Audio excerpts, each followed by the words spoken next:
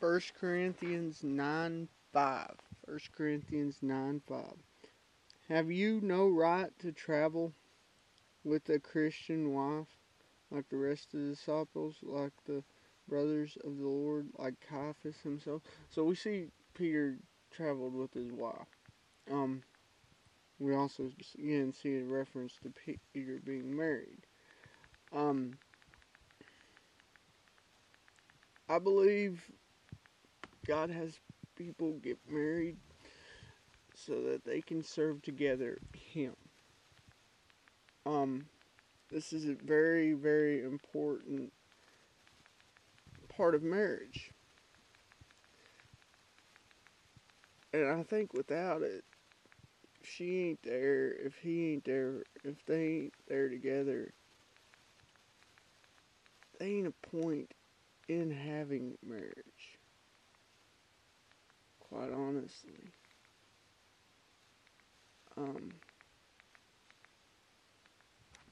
The whole purpose is team that glorifies God, I believe. And how can you glorify God if you're separate? Now, this isn't meaning that he ain't gonna travel alone at times, but means that more times than not, she's his companion. Esther 9. Let's see. 18 and 19. Esther 9, 18 and 19.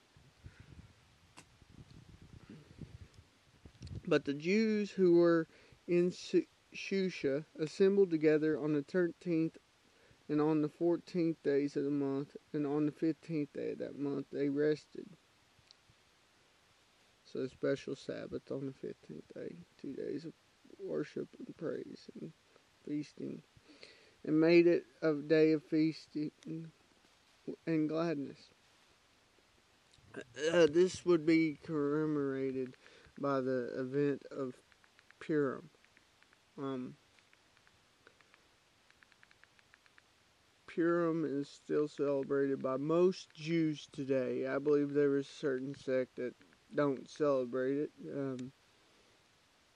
Similar to how there's still a sect that, in Jesus' time at least, that didn't celebrate Hanukkah due to it symbolizing something.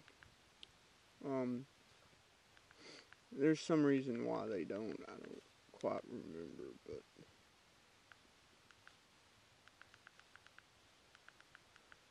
there's a reason why they don't.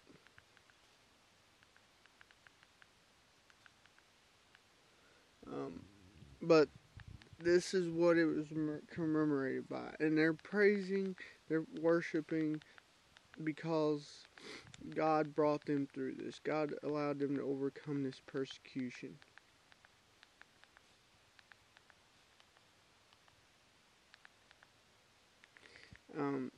We need days. We need our life to be the celebration of praising God. But we need sometimes to take certain times to focus on doing this.